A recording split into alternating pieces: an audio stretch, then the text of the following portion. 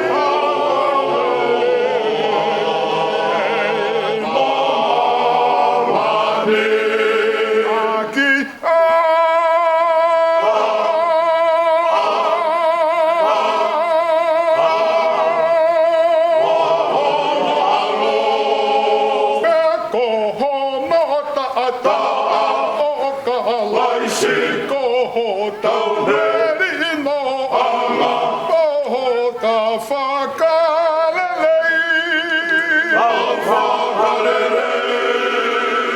摩诃那菲那阿罗，贝拉コのたた。